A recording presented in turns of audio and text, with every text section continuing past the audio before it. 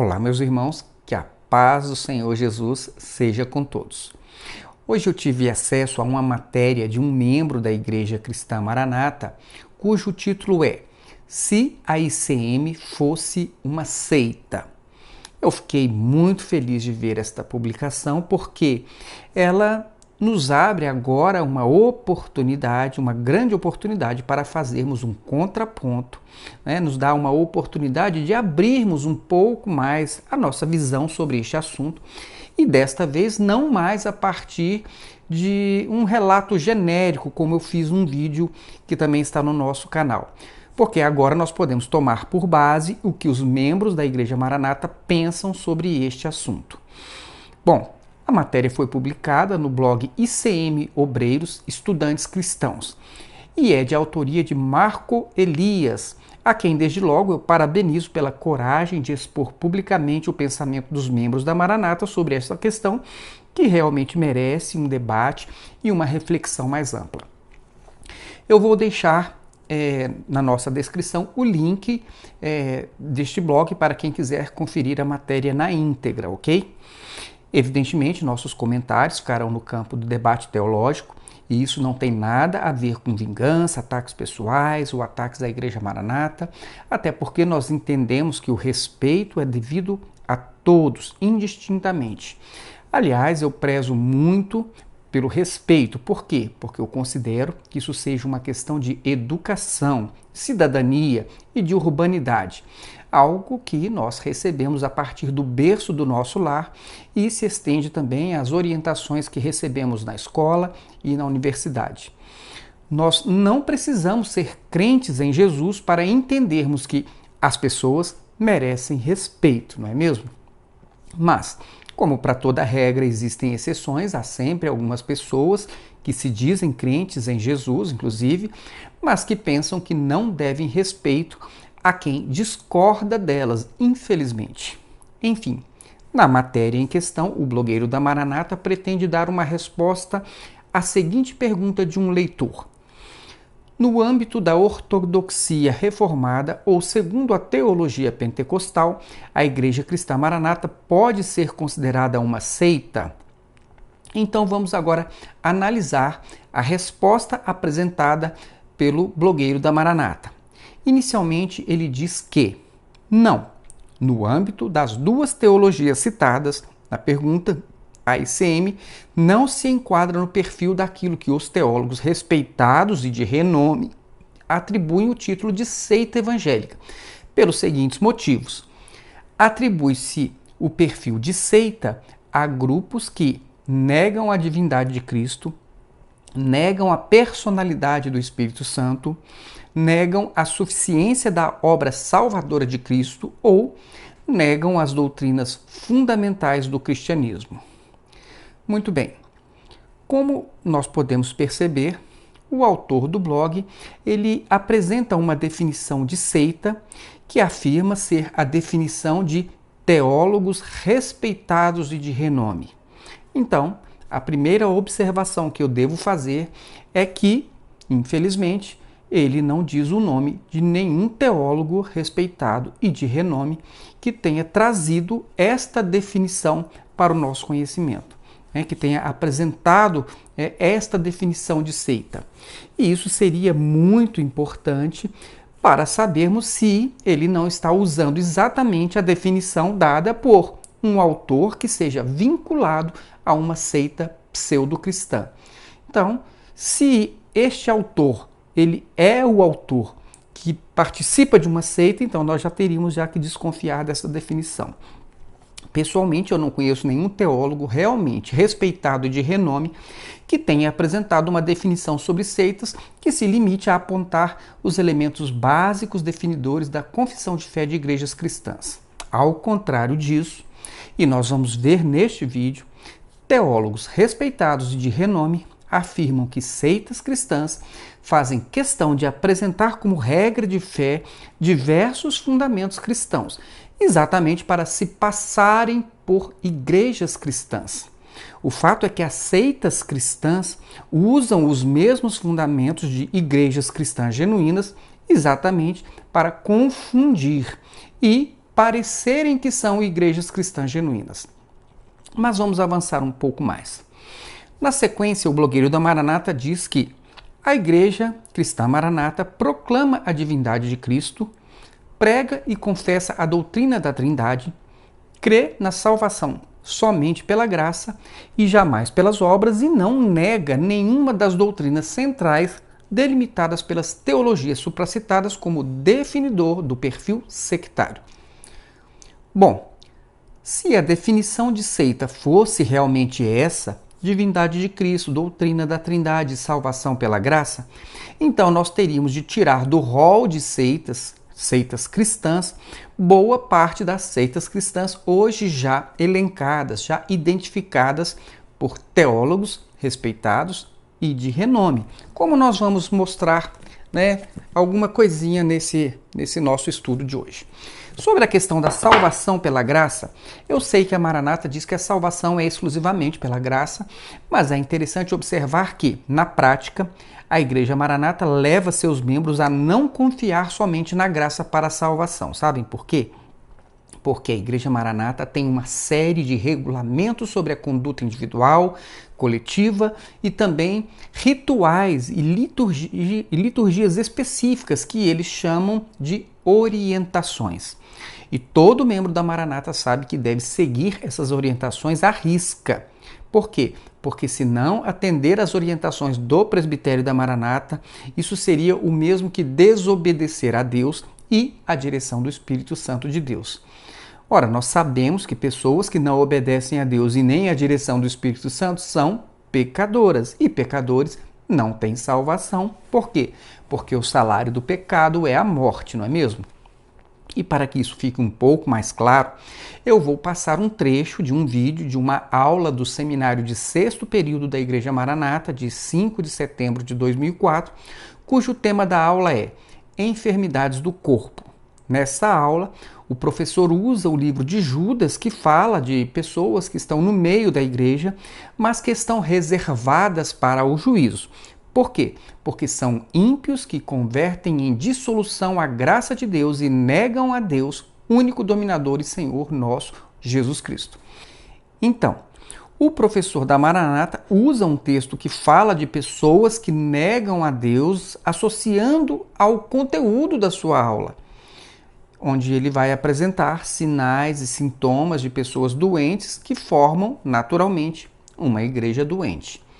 E logo no início ele afirma que saúde está relacionada à salvação, ou seja, se alguém se identificar com o que ele vai dizer na aula, deve entender que sua salvação está em perigo.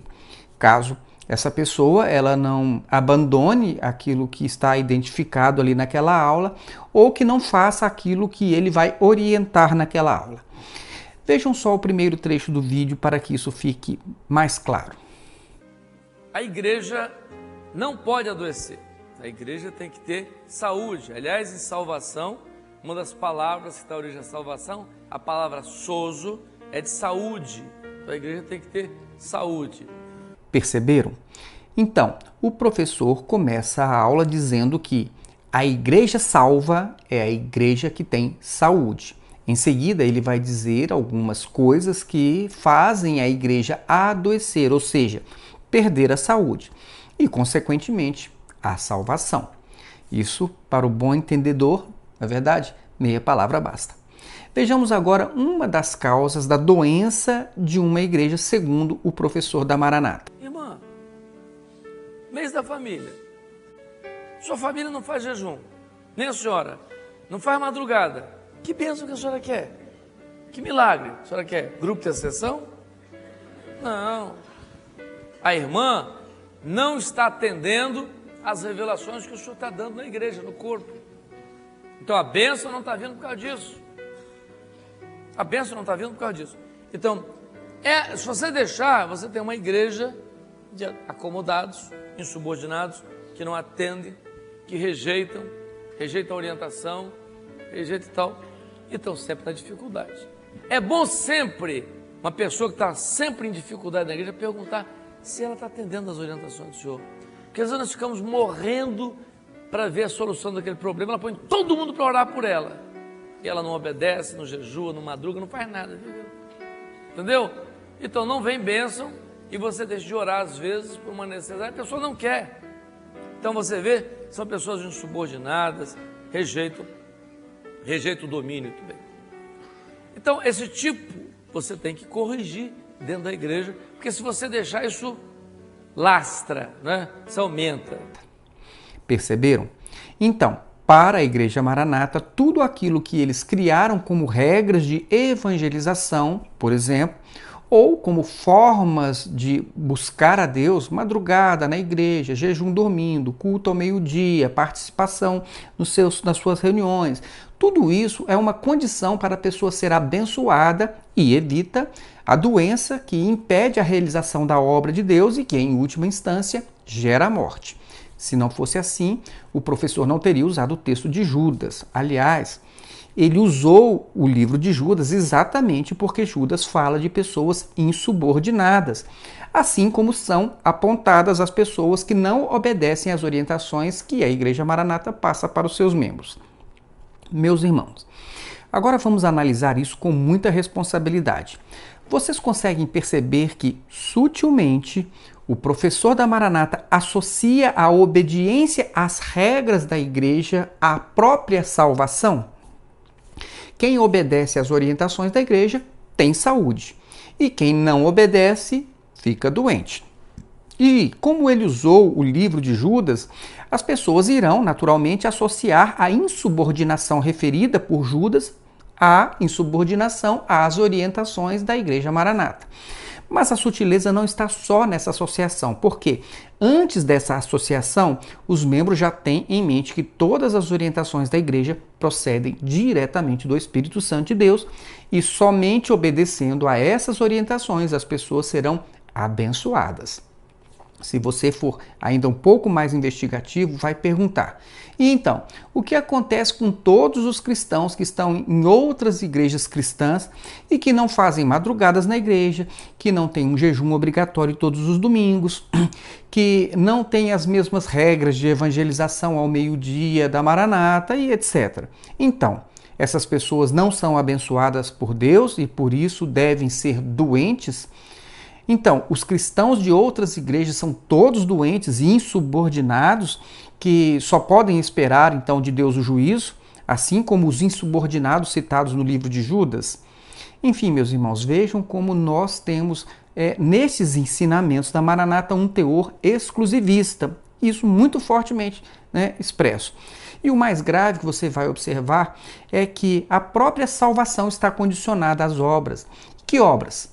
As obras que seria o cumprimento das regras da igreja. Não basta então crer, você tem que cumprir todas as orientações da igreja, senão será um doente insubordinado, esperando a condenação como os homens ímpios citados no livro de Judas. Muito bem, vamos voltar agora ao texto do blogueiro da Maranata. Ele diz também que a Maranata não nega nenhuma das doutrinas centrais delimitadas pelas teologias supracitadas como definidor do perfil sectário. Para mim não ficou claro o que ele quis dizer com isso. Afinal, que doutrinas centrais definidoras do perfil sectário seriam essas? Bom, eu não entendi, mas isso também é irrelevante diante do verdadeiro conceito sobre o que os teólogos renomados dizem ser uma seita. E é isso que eu vou mostrar para vocês agora. Primeiramente, vamos à definição da palavra seita, que encontramos no livro Seitas Secretas de Sérgio Pereira Couto. Este aqui, dá para ver. Bom, neste livro ele faz a seguinte definição. Ele diz: a definição da palavra seita vem do latim secta, que, por sua vez, vem do termo sec, que significa seguir, e é utilizada para delimitar um código comportamental ou princípios de vida, ou ainda uma escola de filosofia ou doutrinas. A Wikipédia, por sua vez, acrescenta que o termo seita é usado amplamente e é aplicado a grupos que seguem um líder vivo que promove doutrinas e práticas novas e não ortodoxas. Então, já pela significação da palavra seita, nós podemos ver que a informação do autor do blog certamente está, pelo menos, incompleta. Ou seja, parece que ficou alguma coisa aí que ele não quer que saibamos sobre as seitas. Vejam só, partindo do significado da palavra seita, eu poderia dizer que quando algum grupo tem um código comportamental exclusivo do tipo só nós temos isso, só nós somos assim, só nós obedecemos ao Espírito Santo, só nós somos a menina dos olhos de Deus, só nós temos compromisso com o arrebatamento da igreja, só nós temos esta mensagem diferenciada, só nós temos ética, só nós temos um padrão de comportamento decente e assim por diante. Então, por aí, nós conseguimos identificar alguns grupos religiosos com a definição da palavra seita. Ou seja, eu vejo esse tipo de comportamento e eu consigo relacionar com essa definição do dicionário e da Wikipédia. Bom, outro detalhe da definição dessa palavra, acrescentada pela Wikipédia, é que quando um grupo com características exclusivistas apresenta doutrinas e práticas novas e não ortodoxas, ou seja, doutrinas criadas, por exemplo, há 50 anos e diferentes do que a Igreja de Cristo conheceu desde a sua fundação há mais de 2000 anos. Parece ou não parece se encaixar perfeitamente no conceito da Wikipédia. Mas não podemos ser levianos e irresponsáveis a ponto de fazer afirmações com base apenas no conceito de um autor ou de uma enciclopédia para definirmos o que seja uma seita. Então, vamos ver pelo menos mais 2 teólogos respeitados de renome, o que eles dizem ser as características das seitas.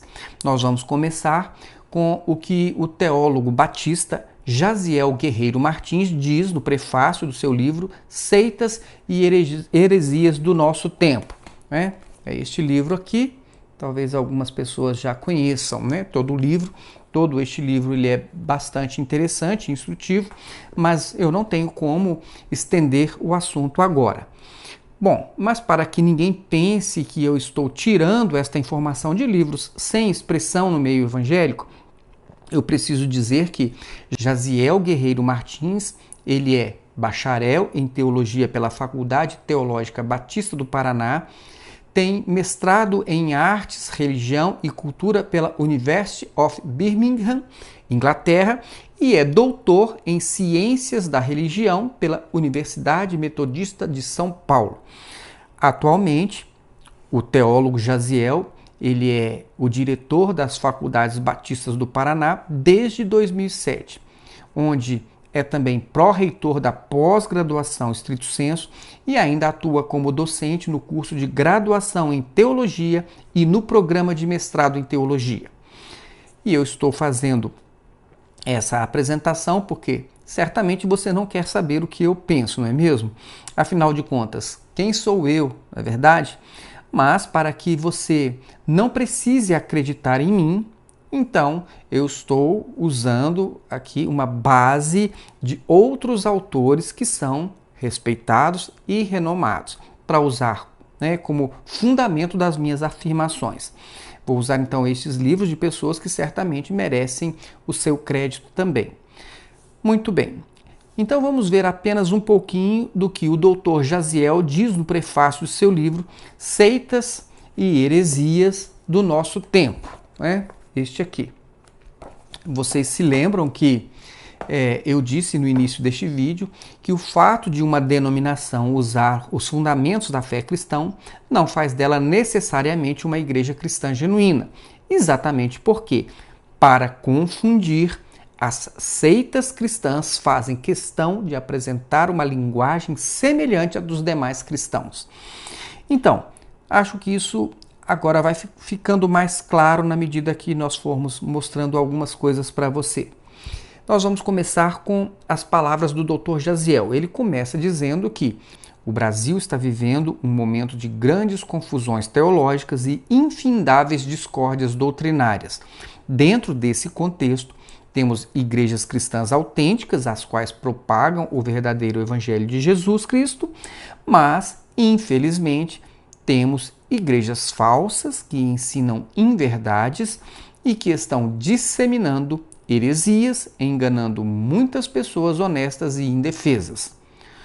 Usando linguagem cristã e afirmando serem portadores de uma revelação especial que vai resolver os problemas espirituais das pessoas, os falsos profetas têm se multiplicado nesses últimos dias, os quais, fazendo uso dos meios de comunicação e da palavra impressa, propagam vigorosamente suas doutrinas, fazem um grande número de adeptas e, em alguns casos, tornam-se milionários da noite para o dia, às custas da boa fé e da boa crença do brasileiro.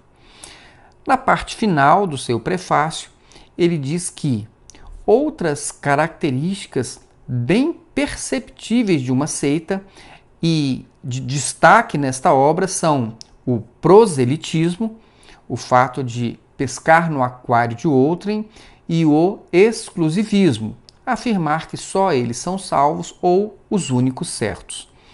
Agora, para reforçar estes conceitos iniciais, nós vamos ver algumas passagens da obra de Walter Ralston Martin, falecido em 1989, mas que foi um ministro e autor cristão batista americano que fundou o Instituto de Pesquisa Cristã em 1960 como um ministério para a igreja, especializado como um centro de informações em apologética cristã em geral e em apologética contracultural. Nos 4 volumes de sua obra, O Império das Seitas, que são estes aqui, não sei se vocês já conhecem, O Império das Seitas, o autor enfrenta com coragem e clareza questões afetas às seitas mais conhecidas do nosso tempo. Essa obra da editora Betânia, O Império das Seitas, é reconhecida internacionalmente como o que há de melhor sobre o assunto. Tudo bem? Então, como eu disse, você não precisa acreditar em mim, mas saiba que eu não estou apenas dizendo palavras soltas ao vento, mas eu estou trazendo para vocês o que existe de mais sério e mais respeitado nacional e internacionalmente sobre o tema deste vídeo. Bom, como o nosso tempo ele é limitado, eu vou relatar agora para vocês apenas alguns trechos do primeiro volume dessa obra de Walter Martin. No capítulo 2 do volume 1, na página 20, ao tratar da questão linguística, semântica, ele diz o seguinte: uma típica seita não cristã deve sua existência ao fato de sempre utilizar a terminologia do cristianismo, citar passagens bíblicas, quase sempre fora do contexto, e colocar em sua estrutura doutrinária inúmeros clichês e termos evangélicos, sempre que eles favorecem seus interesses. Até o presente, eles têm obtido muito sucesso nessa tentativa de apresentar esse sistema como cristão. Então, meus irmãos, vejam que a primeira observação que ele faz é que os adeptos de seitas cristãs também utilizam a mesma Bíblia que os membros das igrejas cristãs utilizam. E, embora a linguagem dos adeptos das seitas sejam parecidas com a linguagem dos cristãos verdadeiros, nas seitas eles têm um código de linguagem próprio, com diversos clichês. Por exemplo, você pode encontrar grupos de pessoas que se referem à sua denominação como obra, por exemplo. E somente eles sabem exatamente a que eles estão se referindo. Um cristão de uma igreja tradicional, por exemplo, pode ouvir esta expressão e entender que eles estão se referindo ao trabalho de um crente no Evangelho. Mas para quem criou essa expressão, e quem está envolvido nesse sistema sabe que esse termo significa a sua própria denominação.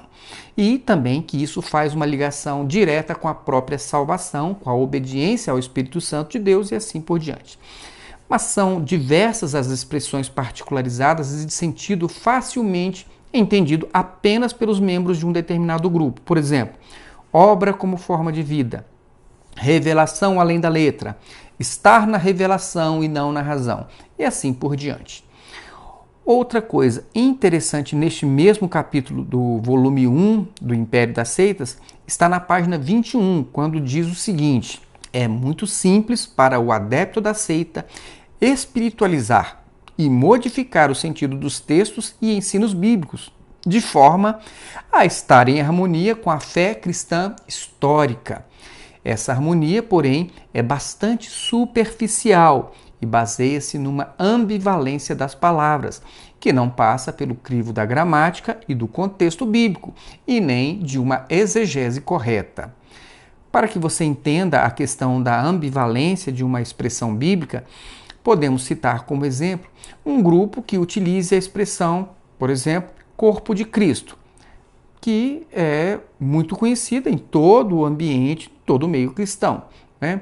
Mas quando a seita utiliza esta expressão corpo de Cristo, ele faz isso espiritualizando e dando um sentido exclusivista, ligando o termo apenas a quem faça parte do seu próprio grupo, aquele grupo de pessoas espirituais mais elevados, e que normalmente são os próprios membros da seita.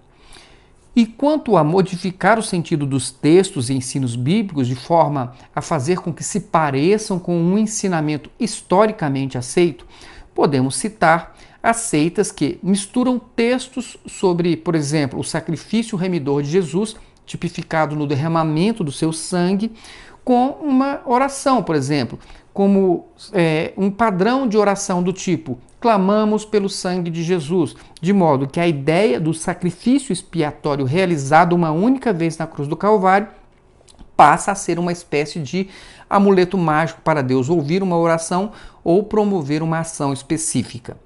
E é por isso que no final desse capítulo, na página 23, o autor diz que espiritualizar os textos e doutrinas bíblicas ou tentar explicá-los com frases obscuras é praticar desonestidade intelectual. Já no capítulo 3 desse primeiro volume, na página 25, o autor apresenta mais uma característica própria de uma seita. Ele diz que os membros de uma seita possuem certos traços psicológicos em comum. Por quê? Porque, em primeiro lugar e acima de tudo, o sistema doutrinário da seita se caracteriza por um fechamento da mente. Eles não buscam uma avaliação cognitiva racional dos fatos. A cúpula da organização interpreta os fatos para os membros, geralmente invocando a autoridade da Bíblia ou do seu fundador como suprema fonte de suas afirmações. O que o autor está dizendo é que os membros das seitas, até mesmo os seus líderes que não façam parte da cúpula, eles só podem pensar, fazer, agir ou reproduzir o que a cúpula da organização apresenta como a correta interpretação da Bíblia. Ou seja, se eles dizem que tem uma revelação, além da letra, todos devem obedecer sem questionar. Mas o fato é que, na verdade, eles estão se apoiando nas interpretações dadas pelo seu líder máximo. E para que os acréscimos além da letra não pareçam heresias, eles sempre apresentam um fundo bíblico para cada acréscimo, para que tudo fique com uma roupagem bíblica. Assim, eles posicionam suas revelações além da letra no mesmo nível de autoridade da Bíblia. Então, questionar esses acréscimos seria questionar o próprio Deus ou o Espírito Santo.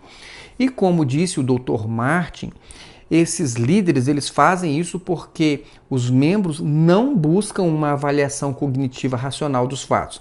Eles simplesmente vão acreditar que a autoridade desses ensinos vem diretamente de Deus e nem mesmo observam se contrariam a própria palavra original de Deus. Ainda na página 25, o Dr. Martin diz que esse sistema de crença ocupa uma posição isolada, nunca adota uma coerência lógica. É por isso que, quando o líder de uma seita diz, por exemplo, que o sangue de Jesus é o Espírito Santo e usa uma comparação ilógica para demonstrar isso, ninguém questiona. Se você quer que isso fique mais claro, veja o vídeo sobre clamor pelo sangue de Jesus que está também no nosso canal. E é por isso, então, que o Dr. Martin conclui dizendo que essas crenças como que ocupam um compartimento fechado na mente do adepto, que, uma vez inteiramente submisso ao padrão de autoridade de sua organização, nunca mais questiona nada, nem tem mais dúvidas. Mas não é só. Ainda na página 25, o Dr. Martin diz que, em segundo lugar, essas seitas se caracterizam também por forte antagonismo pessoal contra os cristãos, já que associam seu desagrado pela mensagem cristã com o mensageiro que adota crenças opostas às suas. O que o autor está dizendo é que o membro de uma seita é levado a entender que aquelas pessoas que não fazem parte da seita, mesmo que sejam cristãs, são opositores e chegam, inclusive, a apresentar estas pessoas como inimigos. Basta que alguém de fora aponte algo estranho, que eles estejam fazendo e pronto, são nossos inimigos e devem ser combatidos. E se o que está de fora for um ex-membro, então aí que é apresentado como o próprio diabo em pessoa.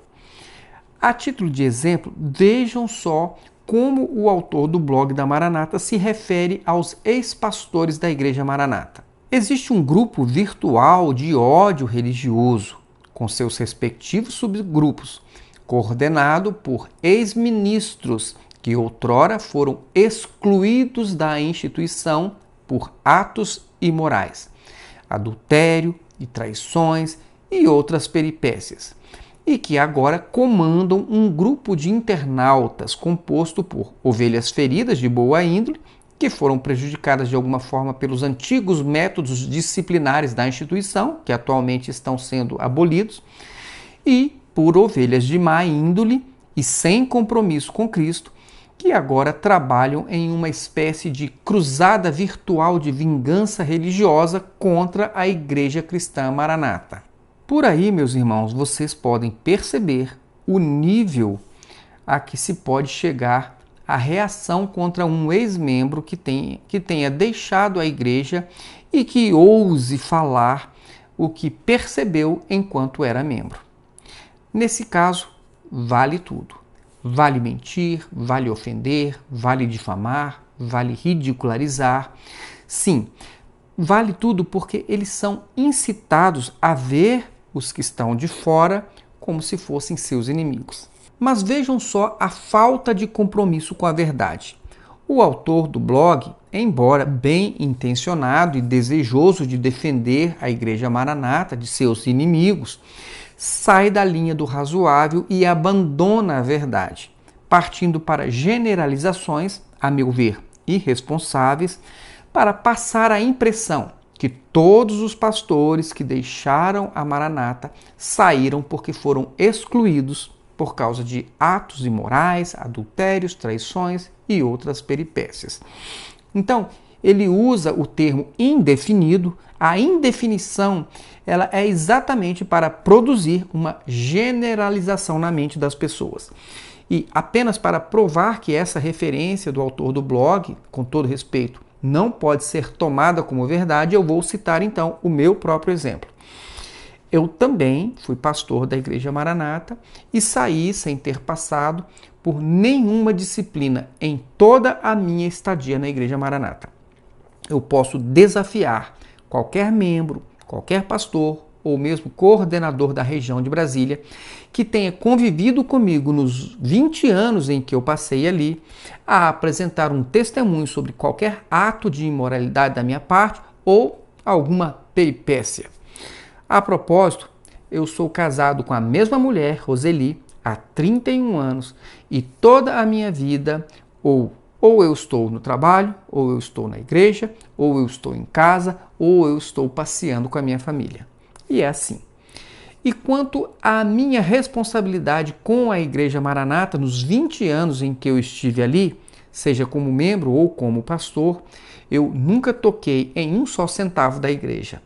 Nunca fui acusado de roubar a igreja ou de ter permitido que isso acontecesse ali no ministério que eu estava conduzindo.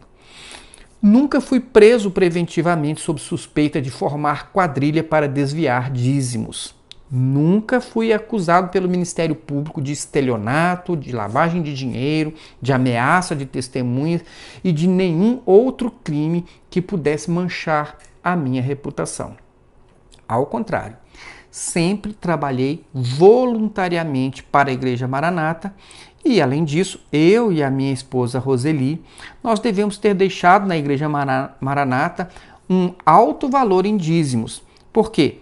Porque nós pensávamos que esse dinheiro era para realizar a obra de Deus, assim como muitos ainda hoje pensam. E se alguém tem curiosidade em conhecer a minha apresentação pessoal e meu histórico profissional, eu vou deixar o link que remete à minha apresentação, que está inclusive em um outro site que eu administro. E é exatamente por não ter de que me envergonhar é que eu posso mostrar a minha cara publicamente e tratar de assuntos cristãos como eu estou fazendo agora.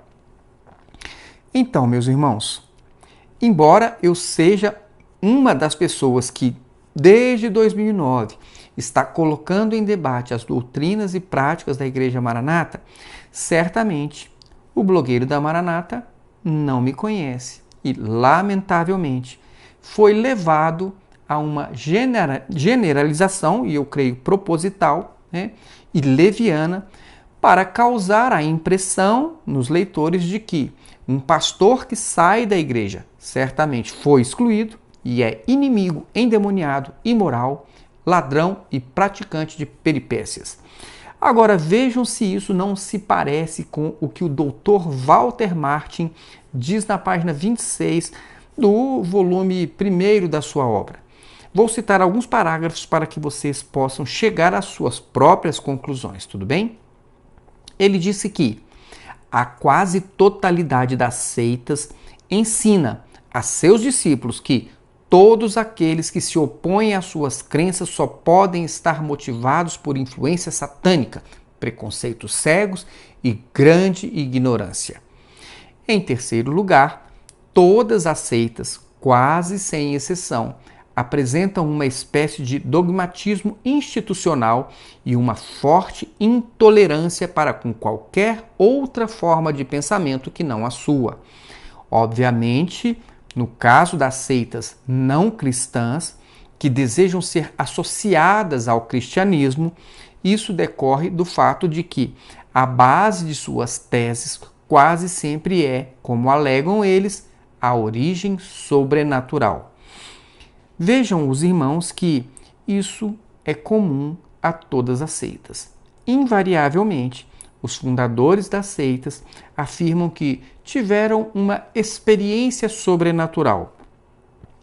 Alguns dizem que um anjo apareceu para ele, tomou um café da manhã com ele e lhe deu uma missão diferenciada, distinta de tudo o que existe sob o título de cristianismo. E daí em diante seguem-se as revelações além da letra para espiritualizar até mesmo o modo como fundaram a sua denominação religiosa, mesmo que isso seja uma teoria facilmente desmentida por aqueles que presenciaram o modo como essas pessoas formaram a denominação. E isso também é referido na obra do Dr. Martin, quando, nas páginas 26 e 27 de sua obra, ele afirma que a história das seitas sempre começa com uma declaração autoritária por parte do fundador ou fundadores.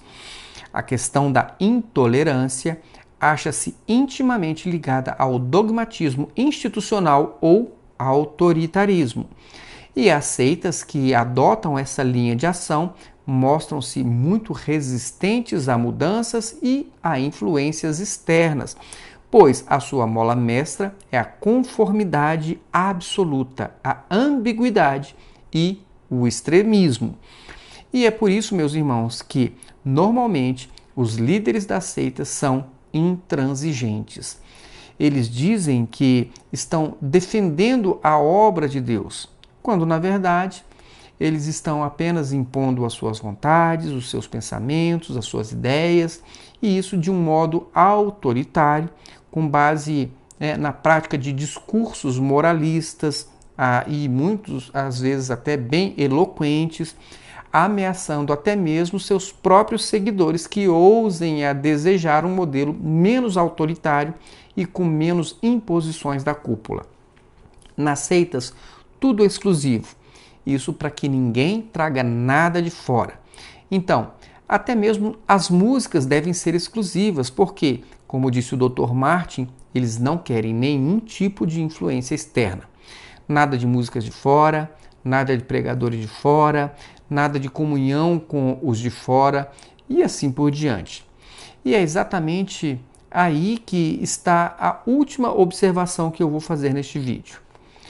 Na página 27 do volume 1 do Império das Seitas, o Dr. Martin diz que o quarto e último ponto a ser analisado em qualquer estudo que se faça das seitas é o isolamento. Famílias são isoladas do convívio uns dos outros, amigos são isolados, tudo na seita é reservado. Se vão para um evento, para a família, por exemplo, eles se reúnem em um local reservado somente para eles e, de preferência, em um lugar onde eles estão todos juntos, mas sempre monitorados o tempo todo pelas suas lideranças. Imagine, irmãos, o quanto a família perde espaço nesse contexto. Até momentos que dizem ser destinados à família têm de ser na igreja ou nos locais de seus seminários. A igreja tem de estar impregnando tudo, e isso para garantir que os membros estarão isolados e não vão ter tempo para questionar nada, para ler um livro, para assistir uma pregação de fora, para usar as redes sociais, que eles consideram um mal terrível para eles, para fazer um curso bíblico com outras pessoas e assim por diante. Mas agora vamos voltar a examinar as últimas declarações do blogueiro da Maranata. Na parte final do seu texto, ele diz que se a Igreja Maranata, se a Igreja Cristã Maranata for considerada uma seita, utilizando-se os critérios de ódio religioso do grupo virtual supracitado, 4 denominações brasileiras de grande expressão e consideradas igrejas saudáveis pelas melhores escolas teológicas do país deverão ser abarcadas no mesmo perfil, são elas: a Igreja Presbiteriana do Brasil, a Igreja Assembleia de Deus, a Igreja Batista e a Igreja Metodista, pelo simples fato do modo de vida da Igreja Cristã Maranata carregar para dentro de si aquilo que se considera o melhor destas 4 denominações. O interessante é que até aqui nós podemos observar uma certa soberba. Pelo que se pode entender das palavras do blogueiro da Maranata, a Igreja Maranata reúne, então, segundo ele, o melhor de cada uma das principais igrejas tradicionais brasileiras. Será mesmo? Mas, para finalizar, é preciso destacar que nenhuma dessas denominações citadas nunca foram confundidas ou taxadas de seitas. Agora vejamos uma coisa, no mínimo, curiosa. Na apostila de 6º período da Igreja Maranata, vou mostrar aqui para vocês que eu tenho aqui. Esta aqui, ela tem todos os 6 períodos, Então, aqui no 6º período, nós temos aqui então um estudo sobre a palavra seita. Não sei se dá para ver, A palavra seita. A definição da apostila da Maranata sobre o que vem a ser uma seita é diferente da utilizada pelo blogueiro da Maranata. Vejam só. Na primeira página da apostila, nós temos o seguinte trecho, 1.5. No dicionário da Escola da Língua Portuguesa, a palavra seita quer dizer facção, partido, doutrina que se afasta da opinião geral, conjunto de indivíduos que a seguem, comunidade fechada de cunho radical. Observem que eles usam o dicionário para definir o que seja uma seita e não enfrentam o que os teólogos renomados apresentam como características de uma seita, que seria o conceito, na verdade, a ser utilizado na nossa atualidade e também neste nosso ambiente religioso. Por exemplo, eles nada falam sobre proselitismo, exclusivismo da salvação, isolamento dos membros, distorções de textos bíblicos, conformidade comportamental e mental, espiritualização de sua fundação, ambivalência de expressões bíblicas, fechamento da mente, antagonismo contra os demais cristãos e a intolerância em relação a quem pensa diferente. Processo judicial em quem ousar falar contra mim. Nada disso está na apostila da Maranata. Eles preferem falar apenas as características de grupos radicais, como aqueles que têm reuniões fechadas, que são racistas e coisas desse tipo, para dizer que, por isso, eles não podem aceitar ser identificados como uma seita.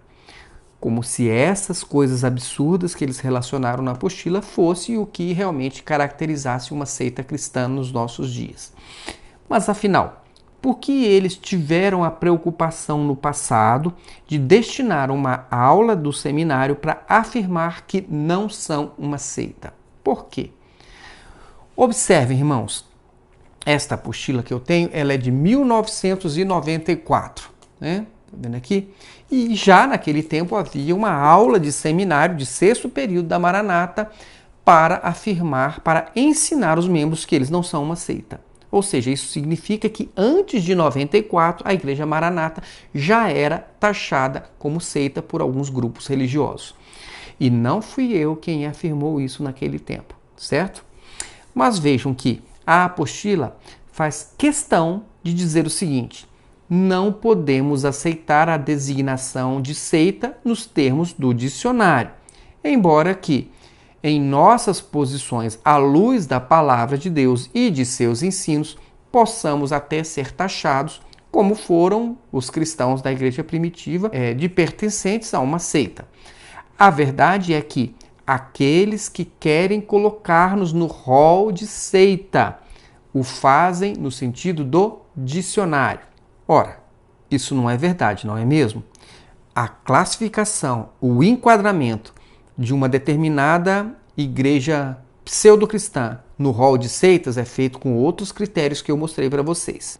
Ora, irmãos, nós bem sabemos que o sentido da palavra seita no tempo da igreja primitiva não tinha a mesma relação com as características que os teólogos se referem hoje, no nosso século.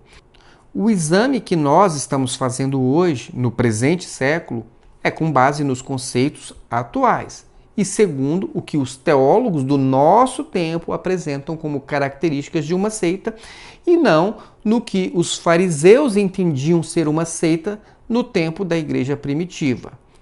Tudo bem? Isso fica claro para você? Então, para finalizar, agora de verdade, fica a seguinte pergunta para você pensar. Alguma vez você já viu uma igreja presbiteriana do Brasil, uma igreja Assembleia de Deus, ou uma igreja batista, ou mesmo uma metodista, ser taxada de seita? Alguma vez você viu uma dessas igrejas fazerem um estudo para dizer que não são seitas? Você já viu algum blogueiro de internet fazendo uma matéria para afirmar que essas igrejas tradicionais não são seitas? Você já se perguntou o porquê disso? Pense, meus irmãos. Vocês vão chegar à resposta correta. Bom, nós ficamos por aqui e desejamos que você reflita sobre todas essas coisas e que Deus ilumine a sua mente, para que você seja livre de toda sorte de manipulação, para que você não seja levado a se isolar, para que você não seja levado a odiar seus irmãos e, principalmente, para que você não seja o defensor de um exclusivismo da salvação e também de outros ensinamentos antibíblicos. Um grande abraço a todos e até o nosso próximo vídeo. Até lá!